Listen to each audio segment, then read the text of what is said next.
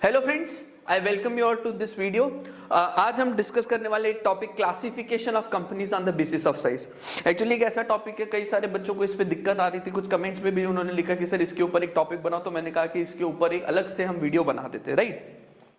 तो आज हम डिस्कस करेंगे classification of companies on basis of size. तो हम जब बिजनेस करते हैं, राइट, हमको अगर इंडिया के अंदर बिजनेस करना है तो हम कई सारे प्रकार के एंटिटीज बना सकते हैं। जैसे हम प्रोपराइटर बना सकते हैं। अगर मुझे अकेला कोई बिजनेस शुरू करना है तो मैं प्रोपराइटरशिप बना सकता हूं। मैं चाहे तो एलएलपी भी बना सकता हूं, मैं चाहे तो पार्टनरशिप भी बना सकता हूं, और एक ऑप्शन कंपनी का भी होता है। ठीक है, कब कौन सी सिचुएशन में क्या एंटिटी बनाना चाहिए, इसके कई सारे फैक्टर्स होते हैं। अगर आपको कभी ये जानने में इंटरेस्टेड है तो मुझे कमेंट में बताइएगा, इसके लिए मैं अलग से एक वीडियो जरूर बना दूंगा, राइट। तो आज फिलहाल अगर मैं बात करूं कंपनी की, लेट से मुझे को ना एक बिजनेस शुरू करना है और मैं चाहता हूं कि मैं ना कंपनी बना करके बिजनेस शुरू करूं, तो लॉ मेकर बोलता है आप कंपनी बना करके शुरू कर सकते हैं, कोई प्रॉब्लम नहीं है। अब कंपनी बना करके भी अगर मैं बिजनेस करना चाहता हूं तो मैं ना दो मॉडल पे सोच सकता हूं कि मेरे को ना काम कैसे करना है, राइट। पहला मॉडल ये होता है कि भाई मैं ना हमेशा सेल्फ फंडिंग पे ही काम करूंगा। सर सेल्फ फंडिंग पे काम करूंगा मतलब बिजनेस को चलाने के लिए जो भी पैसे रिक्वायर्ड होंगे वो या तो मैं लाऊंगा या मैं अपने कोई रिलेटिव से इसको लेकर के आऊंगा। मेरे को ना यही से ये मेरा सोर्स ऑफ फंड्स होगा, राइट। और एक होता है कि हम ये विजन रखते हैं कि यार देखो ऐसा है क्या, इनिशियली तो देखो बिजनेस कोई भी स्टार्ट करना होता है तो मुझे अपना ही पैसा लगाना होता है, राइट। उसके बाद मेरा मन है या मेरा एक विजन है कि मैं पब्लिक से फंड्स को बोरो करूंगा और पब्लिक से फंड्स को रेज करके भी मैं बिजनेस में यूज करूंगा। ऐसा मेरा विजन है, ऐसा मेरा सोच है। से फॉर एग्जांपल आप पेटीएम का एग्जांपल ले लो, आप मामा अर्थ का एग्जांपल ले लो। अभी मामा अर्थ का आईपीओ भी आने वाला है, राइट। तो ऐसी जो कंपनीज हैं, अभी ये लोग क्या करें, पब्लिक से पैसा रेज करें। शुरू में इन्होंने अपना जो इनके फाउंडर्स थे, जो इनके इन्वेस्टर्स थे, तो उन्होंने पैसा लगाया। अब धीरे धीरे जाकर के पब्लिक से पैसा रेज कर रहे हैं, राइट।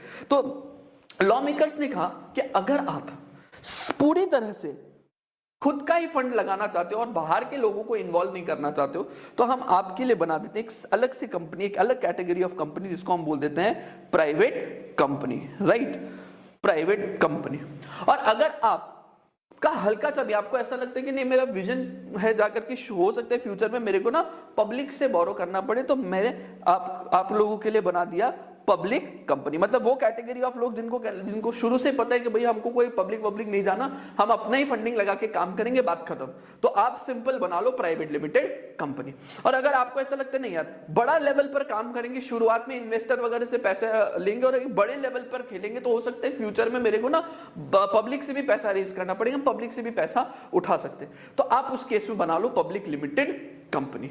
ठीक है सर, अब एक बात बताओ, ऐसा क्यों किया? Why law makers made this differentiation कि अगर आपको खुद का पैसा लगाना है तो यार प्राइवेट लिमिटेड का बना लो, और कभी विजन है कि कभी फ्यूचर में हो सकता है मेरे को ना पब्लिक से भी पैसा उठाना पड़े तो आप पब्लिक बना लो।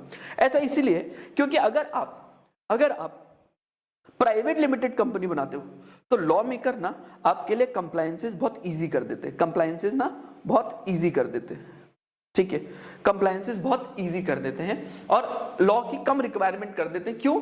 ईज ऑफ डूइंग बिजनेस के कारण, ईज ऑफ डूइंग बिजनेस के कारण। तो लॉ मेकर ने कहा कि भाई जब पैसा ही आपका ही है, आपके लोग ही जो है, आप अपना ही पैसा लगा रहे हो, आप उसी को खुद ही मैनेज कर रहे हो, तो हमको ज्यादा कानून आपके ऊपर नहीं लगाना, हम कई जगह आपको रिलैक्स कर देंगे। लेकिन अगर आप पब्लिक से लेने का सोच रहे हो पैसा फ्यूचर में, तो हम आपके ऊपर ना कंप्लायंस को थोड़ा सा स्ट्रिक्ट रखेंगे, कंप्लायंस को थोड़ा सा ना स्ट्रिक्ट रखेंगे, राइट। इसी कारण से इनको दो कैटेगरी में बना दिया गया कि भाई एक हमने बोल दिया कि अगर आपको खुद का पैसा लगाना है तो कोई दिक्कत नहीं, लॉ मेकर कहते हैं हम भी आपके लिए चीजों को थोड़ा इजी रखेंगे, हम आपको कंप्लायंसेस थोड़ा कम लगाएंगे। लेकिन अगर आप फ्यूचर में सोच रहे हो कि पब्लिक से पैसा उठाना है, ना ना ना ना ना, लॉ तो पूरा कंप्लाई करना पड़ेगा, ठीक है। अब लॉ मेकर ने कहा कि हम इन दोनों को डिफाइन कैसे करेंगे, तो इन्होंने क्या किया, दो सेक्शन बनाए। एक बनाया 2 क्लॉज 68 जो प्राइवेट कंपनी को डिफाइन करता है, और एक बनाया 2 क्लॉज 71 जो पब्लिक कंपनी को डिफाइन करता है। अब मैं सबसे पहले आपको सबसे मुश्किल डेफिनेशन पढ़ाऊंगा, दुनिया का सबसे मुश्किल डेफिनेशन पब्लिक कंपनी। और पब्लिक कंपनी में लॉ मेकर ने लिखा it means a company which is not a private company. Sir कितना बढ़िया डेफिनेशन है। पब्लिक में लिख दिया it means a company which is not a private company, और प्राइवेट अगर सवाल पूछ लिया एग्जाम में तो हम लिखाएंगे it is a company which is not a public company. मजा आ जाएगा एकदम। बेटा ऐसी नालायकी वाली बातें आपने नहीं करनी है, ठीक है ना। लॉ मेकर ने क्या कहा, लॉ मेकर ने कहा पब्लिक को हम सिंपल डेफिनेशन में हम सिंपल रखेंगे, क्या बोलेंगे, वो कंपनी जो प्राइवेट की कैटेगरी में फॉल नहीं होती वो क्या बन जाती है, पब्लिक कंपनी बन जाती है। तो एकदम सिंपल डेफिनेशन लॉ मेकर्स ने रखा। तो सर प्राइवेट, अब प्राइवेट को उन्होंने थोड़ा डिटेल में डिफाइन कर दिया। प्राइवेट कंपनी के लिए उन्होंने कहा कि सर एक कंपनी प्राइवेट तब कहलाती है जब एसेंशियली वो 3 इंपॉर्टेंट क्राइटेरिया का फुलफिल करे। तो अगर प्राइवेट कंपनी होना है किसी भी कंपनी को, तो लॉ मेकर ने कहा हम आपके ऊपर ना 3 शर्तें लगाएंगे, हम आपके ऊपर 3 एसेंशियल कंडीशन लगाएंगे, ठीक है। तो पहले, अब मैं 1 2 3 है 2 क्लॉज 68 के अंदर 3 कंडीशंस है, मैं आपको सबसे पहले थर्ड वाला कंडीशन समझाऊंगा, ठीक है। लॉ मेकर ने वर्ड यूज किया प्रोहिबिट, ठीक है सर। एक इंग्लिश में हम वर्ड यूज करते हैं प्रोहिबिट, एक वर्ड यूज करते हैं रिस्ट्रिक्ट, ठीक है, रिस्ट्रिक्ट। तो इस दोनों में अंतर क्या होता है, जब मैं वर्ड यूज करता हूं प्रोहिबिट और मैं वर्ड यूज करता हूं रिस्ट्रिक्ट, दोनों में अंतर क्या होता है। देखो जब मैं वर्ड यूज करता हूं प्रोहिबिट, इसका मतलब मैं वो काम कर ही नहीं सकता, चाहे कुछ भी हो जाए, चाहे भगवान भी धरती पर आ जाए, मैं वो काम नहीं कर पाऊंगा। लेकिन अगर लॉ मेकर ने वर्ड यूज कर दिया रिस्ट्रिक्ट, तो यानी कि वो काम को किया जा सकता है, हाँ उस काम को करने के लिए कुछ कंडीशंस भी लगाए जा सकते हैं। फॉर एग्जांपल मैंने अपने गेट के बाहर लिख दिया एंट्री हियर इज रिस्ट्रिक्टेड, इसका मतलब इस दरवाजे से अगर आपको घुसना है तो आपको कुछ कानून का कुछ कंप्लायंसेस करनी पड़ेंगी, तो आप इस गेट के अंदर से घुस जाओगे। और मैंने अगर गेट के बाहर लिख दिया एंट्री हियर इज प्रोहिबिटेड, इसका मतलब आप इस गेट के अंदर से एंट्री ले ही नहीं पाओगे चाहे कुछ भी हो जाए, राइट। तो अगर मैंने कहीं पर लिख दिया कि ये चीज रिस्ट्रिक्टेड है, इसका मतलब वो काम तो किया जा सकता है, ऐसा कोई प्रॉब्लम नहीं है उस काम को करने में, पर हाँ मेरी कुछ कंडीशंस हो सकती है, मेरी कुछ रिक्वायरमेंट्स हो सकती है जो आपको फुलफिल करना पड़ेगा। लेकिन अगर मैंने लिख दिया ये काम तो प्रोहिबिटेड है, इसका मतलब आप वो काम कर ही नहीं सकते, ठीक है। तो लॉ मेकर ने थर्ड क्राइटेरिया में लिखा कि ये चीज प्रोहिबिटेड है, यानी कि आप चाह के भी ये काम नहीं कर सकता। सर उसके आगे क्या लिखा, prohibits invitation to public. Sir आगे क्या लिखा, इन्विटेशन टू पब्लिक। अब सर ये जो वर्ड है इन्विटेशन टू पब्लिक, ये 2 चीज से जुड़ के बना है। सर इन्विटेशन टू पब्लिक ये जो वर्ड है ये 2 चीजों से जुड़ के बना हुआ है। Invitation to public is equal to invitation to offer plus public. अब जो है invitation to offer Indian contract act में पढ़ते हैं, ठीक है। इंडियन कॉन्ट्रैक्ट एक्ट में हम क्या पढ़ते हैं कि भैया मैं किसी को इन्विटेशन टू ऑफर दे रहा हूं, तो ये टर्म हम इंडियन कॉन्ट्रैक्ट एक्ट में करते हैं। बेसिकली मैं क्या बोलता हूं, मैं आपको ऑफर मैं आपको ऑफर नहीं कर रहा कोई चीज, मैं आपको इनवाइट कर रहा हूं कि आप मेरे को ऑफर दो और फिर मैं डिसाइड करूंगा कि एक्सेप्ट करना है कि नहीं करना है। ये इंडियन कॉन्ट्रैक्ट एक्ट की भाषा है। अगर आपको इन्विटेशन टू ऑफर भी जानना है तो आप मेरे को कमेंट में जरूर बताना, मैं इसके लिए बहुत अच्छा बहुत डिटेल्ड में एक बहुत बढ़िया वीडियो बना दूंगा कि इंडियन कॉन्ट्रैक्ट एक्ट के अंदर इन्विटेशन टू ऑफर क्या होता है। ये बेसिकली मैं पब्लिक को इन्वाइट करता हूं कि आप मेरे को ना ऑफर दो। जैसे फॉर एग्जाम्पल अभी लेट्स से मामा अर्थ का आईपीओ आने वाला है, राइट। तो मामा अर्थ जो है पब्लिक को बोलेगी कि ए पब्लिक तुम लोग आओ और तुम लोग मेरा कंपनी में पैसा लगाने के लिए हमको एप्लीकेशन भर के दो, और हम फिर डिसाइड करेगा कि किसको शेयर अलॉट करना है कि नहीं करना है। इस प्रोसेस को बोलते हैं इन्विटेशन टू ऑफर, राइट। और जब ये पब्लिक को दिया जाए तो हम इसको बोल देते हैं इन्विटेशन टू पब्लिक। यानी जब भी एक इन्विटेशन टू ऑफर जनता को दिया जाए, पब्लिक को दिया जाए, हम इसे बोल सकते हैं इन्विटेशन टू पब्लिक, ठीक है। तो मैंने कहा कि ये प्रोहिबिटेड है, मतलब एक प्राइवेट लिमिटेड कंपनी 2 क्लॉज 68 का थर्ड कंडीशन कहता है कि आपको प्रोहिबिटेड है, भगवान भी धरती पर आ जाए ना, आप पब्लिक से पैसा नहीं उठा सकता, आप पब्लिक को ऑफर नहीं कर सकता आओ मेरे कंपनी में पैसा लगाओ। और मैंने लॉजिक इसका बताया, क्योंकि प्राइवेट कंपनी लॉ मेकर ने कहा कि हम बना इसीलिए रहे ताकि आप सेल्फ फंडिंग बेसिस पे काम करो, और आपके लिए हम कंप्लायंसेस इजी करने वाले हैं, कंप्लायंसेस को रिलैक्स करने वाले। अरे जब आपके लिए कंप्लायंस रिलैक्स करेंगे तो कानून तो आप पब्लिक से आपको पैसा लेने देंगे ही नहीं, इसीलिए वर्ड यूज कर दिया प्रोहिबिट और नीचे लिख दिया इन्विटेशन टू पब्लिक, ठीक है। और फिर थर्ड वर्ड लिखा sir subscribe, prohibit invitation to public to subscribe, और चौथा लिखा सिक्योरिटी ऑफ कंपनी।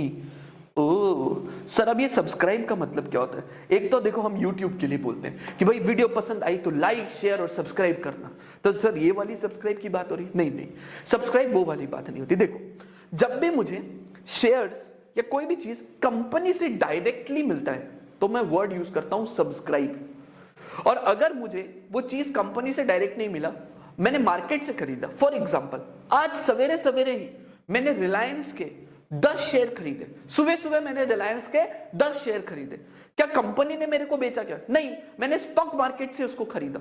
तो कोई दूसरा कोई इंडिविजुअल बायर वगैरह कोई होगा जिसने मेरे को शेयर बेचा, मैंने मार्केट से खरीदा, मैंने कंपनी से डायरेक्टली नहीं लिया। तो हम वहां पर वर्ड यूज करते हैं अक्वायर या परचेज। मैंने रिलायंस के शेयर्स को क्या किया? अक्वायर या परचेज किया।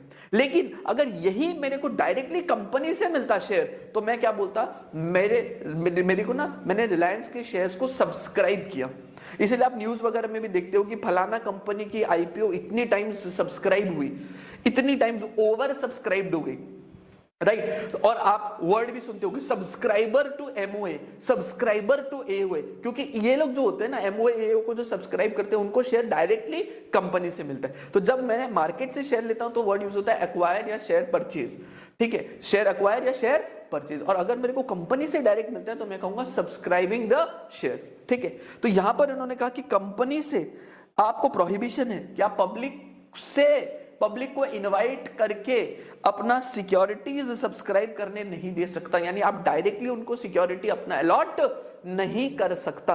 और जब मैंने वर्ड यूज कर दिया ना सिक्योरिटी, मैंने मतलब लॉ मेकर ने, जब लॉ मेकर ने वर्ड यूज कर दिया ना सिक्योरिटी, तो सिक्योरिटी एक बहुत वाइडर टर्म है। इसके अंदर शेयर भी आ सकता है, इसके अंदर इक्विटी शेयर भी आता है, इसके अंदर प्रेफरेंस शेयर भी आता है, इसके अंदर डिबेंचर भी आता है, इसके अंदर सारे इंस्ट्रूमेंट कवर हो जाते हैं। यानी कि एक प्राइवेट कंपनी है, वो किसी भी तरह से पब्लिक से 1 रुपया भी नहीं ले सकता। माइंड यू, मैंने कई वीडियोस देखे हैं जिसमें कई लोग बताते हैं कि ये करके पब्लिक से पैसा नहीं ले सकता। भाई 1 रुपया भी पब्लिक से नहीं ले सकता। 2 क्लॉज 68 के 3rd सब क्लॉज में साफ साफ लिख दिया प्रोहिबिशन है पब्लिक से पैसा उठाने पर सब्सक्राइबिंग द सिक्योरिटी। तो prohibit invitation to public to subscribe for security, ठीक है। तो सर 3rd क्राइटेरिया हमको क्लियर हो गया कि क्योंकि लॉ मेकर चाहते थे कि आप सेल्फ फंडिंग मॉडल पे काम करो, आप पब्लिक से पैसा मत लो, इसीलिए 3rd क्राइटेरिया में साफ साफ लिख दिया prohibit invitation to public to subscribe for security. हाँ, तो इसीलिए 3rd क्राइटेरिया में लिख दिया prohibit invitation to public to subscribe for security, यानी किसी भी तरह से equity share, preference share, debenture, किसी भी तरह से कुछ भी इश्यू करके आप पब्लिक से तो पैसा 1 रुपया भी नहीं ले सकते। पब्लिक को आप इनवाइट नहीं कर सकते, पब्लिक से आप पैसा नहीं ले सकते, ठीक है सर, ये हमको समझ में आया, ठीक है। अब नेक्स्ट फर्स्ट वाला क्राइटेरिया। अब फर्स्ट क्राइटेरिया के अंदर लॉ मेकर ने लिखा एक प्राइवेट कंपनी वो कंपनी होगी जो रेस्ट्रिक्ट करेगी अपने ट्रांसफरेबिलिटी ऑफ शेयर को, जो चाहे तो क्या कर सकती है, रेस्ट्रिक्ट कर सकती है अपने ट्रांसफरेबिलिटी ऑफ शेयर्स को। यहां ध्यान रखना, यहां मैंने वर्ड यूज किया रेस्ट्रिक्शन, मैंने नहीं बोला प्रोहिबिशन। प्रोहिबिशन होता तो अगर यहां वर्ड लिख देता प्रोहिबिट्स ट्रांसफरेबिलिटी ऑफ शेयर, इसका मतलब शेयर ट्रांसफर ही नहीं हो सकता था, पर मैंने वर्ड यूज किया क्या, मतलब लॉ मेकर ने वर्ड यूज किया क्या, रेस्ट्रिक्ट्स ट्रांसफरेबिलिटी ऑफ शेयर। इसका मतलब आप ट्रांसफर कर तो सकता है लेकिन कुछ कंडीशंस का कंप्लाई तो करना पड़ेगा। अब ये कंडीशन एओए में दिया जाता है, ठीक है, कई कंपनी अपना अलग अलग तरह से होता है। जैसे एक कॉमन कंडीशन ये होता है क्योंकि प्राइवेट कंपनी क्लोजली हेल्ड होता है, भाई मैं अपने जान पहचान के लोगों के साथ प्राइवेट कंपनी बनाता हूं और फंडिंग लगाता हूं, तो इसमें जनरल कंडीशन ये होता है कि कोई भी शेयर होल्डर अगर अपना शेयर बेचेगा तो वो डायरेक्टली थर्ड पार्टी को नहीं बेचेगा, वो एग्जिस्टिंग शेयर होल्डर को पहले पूछेगा। अगर एग्जिस्टिंग शेयर होल्डर खरीदना चाहे तो पहले उनको बेचा जाएगा और फिर बाद में थर्ड पार्टी को ले आएगा। मतलब अगर एग्जिस्टिंग शेयर होल्डर नहीं खरीद रहा तो ही फिर थर्ड पार्टी को बेचा जाएगा। ऐसा जनरली ये लोग एओए में लिख देता है, प्राइवेट कंपनी के जो है आर्टिकल्स में लिख दिया जाता है कि हम ये कंडीशन लगाएंगे ट्रांसफरेबिलिटी पे। और भी कई सारे कंडीशंस हो सकते हैं, जैसे आप पार्टली पेड शेयर्स ट्रांसफर नहीं कर सकता, ठीक है, आपका जो शेयर ट्रांसफर करेगा उसका प्राइस जो डिटरमाइन करेगा वो मेंबर लोग डिटरमाइन करेगा मीटिंग के अंदर, जनरल मीटिंग के अंदर प्राइस जो है मेंबर लोग डिटरमाइन करेगा, ठीक है, क्योंकि उसी प्राइस के बेसिस पे कंपनी का वैल्यूएशन होगा। तो ये सारा कंडीशन एओए में बिंदास डाल के रख सकता है, यानी कि ट्रांसफर करने पर कुछ शर्तें लगाई जा सकती है और वो कंडीशन कहां लिखी हुई होगी, एओए के अंदर लिखी हुई होगी। तो मेरा फर्स्ट क्राइटेरिया क्या बन गया, which restricts the transferability of share, which restricts the transferability of shares. Sir अब सेकंड क्राइटेरिया क्या हुआ, देखो सेकंड क्राइटेरिया का लॉजिक बहुत इंपॉर्टेंट है, इस बात को ध्यान से समझो। अब मैंने कहा कि भाई देखो मैं ना थर्ड क्राइटेरिया के अंदर लॉ मेकर ने मेरे को मना किया पब्लिक से पैसा नहीं उठा सकता, ठीक है। अब मैं सोच रहा हूं कि मैं एक कंपनी बनाऊंगा ABC private limited, ABC private limited, ठीक है, और मैं इसमें जो है पैसा उठाऊंगा मिस्टर ए से। सिर्फ पैसा, इसमें कौन फंडिंग करेंगे, एक कंपनी बनाए एबीसी प्राइवेट लिमिटेड, और इसके अंदर पैसा कौन लगेगा, लेट से एक पर्सन ही लगाएंगे, मिस्टर ए। क्या मैं बोलूंगा मिस्टर ए पैसा लगाएंगे तो हम बोलेंगे इसको पब्लिक, मिस्टर ए पब्लिक हो गया, और एक बंदे ने पैसा लगाया तो पब्लिक ने पैसा लगा दिया, तो थर्ड क्राइटेरिया में फिट नहीं बैठा। अब बोलेंगे नहीं सर, एक बंदा थोड़ी पब्लिक कहलाएगा, एक बंदे को थोड़ी ना भीड़ बोलेंगे, एक बंदे को थोड़ी पब्लिक बोलेंगे। ठीक है, मैंने कहा इस सिचुएशन को थोड़ा चेंज कर देते हैं। अब पैसे एक नहीं, दो लोगों ने शेयर्स में पैसे लगाए, मिस्टर ए और मिस्टर बी। क्या अब आप बोलेंगे कि इस कंपनी एबीसी प्राइवेट लिमिटेड ने जो है पब्लिक से पैसा उठा लिया? अब भी आप बोलेंगे नहीं सर, दो आदमी थोड़ी पब्लिक कहलाएगी। ठीक है, मैं इसको और बढ़ा देता हूं, मैं कहा तीन लोगों ने पैसा, आप तीन लोगों ने जो है कंपनी में पैसा लगाया। क्या अब ये बोलेंगे कि तीन लोग पैसा लगा रहे तो पब्लिक ने पैसा लगा दिया? अब बोलेंगे सर तीन लोग में भी कैसा होगा? अब दिक्कत ये आती है कि सर ये नंबर को कितना लेकर के जाएं। अब जो हमारे प्यारे सहारा जी थे, ठीक है, अभी उनका देहांत भी हो गया, राइट, तो उन्होंने कहा कि देखो भाई,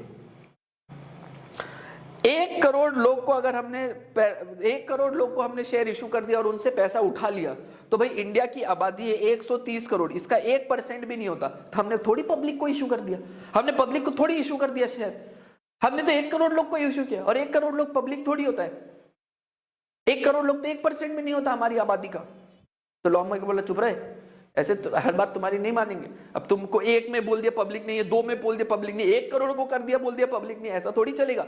तो लॉ मेकर ने कहा पब्लिक का लिमिट कितना होगा वो हम लोग बताएगा आपको, और इसीलिए क्राइटेरिया नंबर 2 डाला, बोला limit the number of member to 200, limit the number of member to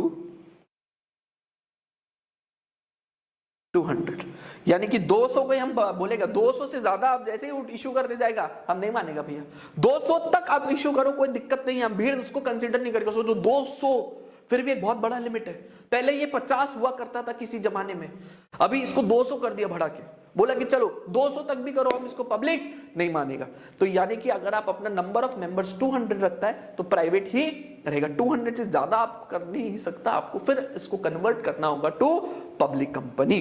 तो मैं आपको ब्रीफ बताता हूं, लॉ मेकर ने क्लासिफाई किया company on the basis of size दो टाइप में, पहला प्राइवेट लिमिटेड कंपनी और दूसरा public limited company. Public limited का डेफिनेशन में डाला, public company is a company which is not a private company, और प्राइवेट कंपनी में डिफाइन किया कि private company is a company which by its AOA number 1 क्या restrict करता है transferability of share, number 2 limit करता है number of member to 200, and number 3 prohibit करता है invitation to public to subscribe for securities of the company. देखो law के अंदर मार्क्स नहीं मिलते हैं, इसका सबसे बड़ा कारण होता है कीवर्ड्स। अब मैं आपको ये डेफिनेशन ऊपर बिल्कुल सुंदर से मैंने लिखा है क्लासिफिकेशन के बाजू में, ठीक है।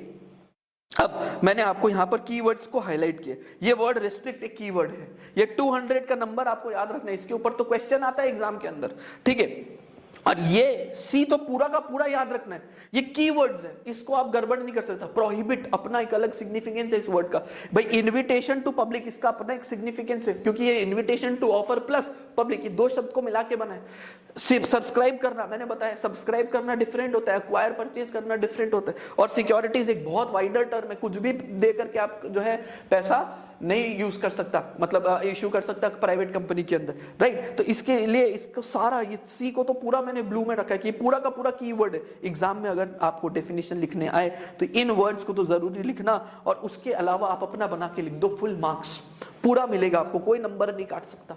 इसी तरह से हमको लॉ पढ़ना होता है कि भाई आप ना कंसेप्ट को समझो, प्रैक्टिकली एक एक चीज का लॉजिक समझो, और आपका इंस्टीट्यूट भी अब यही कहता है कि आपको ना वर्किंग नॉलेज चाहिए, हमको ना रट्टूबाजी नहीं चाहिए कि रट के आ गया डेफिनेशन, ना ना ना ना, हमको एक चल में वो बंदे चाहिए जो इसके कॉन्सेप्ट को समझते हैं, राइट। इसीलिए 3 क्राइटेरिया डाला, और ये 200 के कैलकुलेशंस के अंदर भी इसके अंदर 2 पॉइंट है कि भैया जो एग्जिस्टिंग एम्प्लॉइज है और वो बंदे जो पास्ट में एम्प्लॉइज रह चुके हैं और उनको शेयर्स तब अलॉट किया गया था जब वो एम्प्लॉइज थे, उनको हम 200 की लिमिट में नहीं गिनेंगे, और जॉइंट होल्डर्स को भी हम एक ही मेंबर मानेंगे, ठीक है। अब आप बोलेंगे मेरे को, तो मैं इसके लिए भी एक अलग से वीडियो बनाऊंगा, इसके अंदर भी बहुत डिटेल एक एक्सप्लेनेशन है कि सर ये एम्प्लॉयमेंट वाला पॉइंट क्यों दिया गया, ये कैलकुलेशन से क्यों इसको बाहर रखा गया, राइट। और ये जॉइंट होल्डर्स को जो है एक मेंबर माना जाता है, इसका क्या इंटरप्रिटेशन होता है, तो इसके अंदर मैं जो है बहुत डिटेल होता है, ठीक है। अभी वीडियो में देख रहा हूँ कि काफी लंबा बन गया है, ठीक है। तो बेसिक क्लासिफिकेशन तो यही है, प्राइवेट पब्लिक हमने डेफिनेशन पे डिस्कस किया। अगर आपको इसका पार्ट 10 चाहिए तो जरूर मेरे को कमेंट करके बताना, ये वाले चीज को एक्सप्लेन करने के लिए कि भैया ईसॉप का कंसेप्ट क्या होता है, क्यों ईसॉप आया और क्यों उसकी वजह से दिक्कत हुई, जिसकी वजह से कॉन्सेप्ट को डालना पड़ा। तो ये सारी चीजें मैं आपको, अगर रिक्वायर्ड हुई, कमेंट आए, अगर आपने कमेंट किया, वीडियो को लाइक दिया, तो जरूर मैं इसका पार्ट 2 भी बनाऊंगा और इसकी डिटेल, ये डेफिनेशन की पूरी डिटेल को भी बहुत अच्छे से कवर करूंगा, राइट। तो अभी इस वीडियो के लिए इतना ही, मैंने क्लासिफिकेशन डिस्कस कर दिया, प्राइवेट पब्लिक क्या होता है, राइट। इसके की बात अब जरूर मेरे को कमेंट में बताइए, रिक्वायर्ड होगी तो मैं सेकंड पार्ट जरूर बनाऊंगा, right. Thank you very much, मिलते हैं आपसे एक अगले वीडियो में।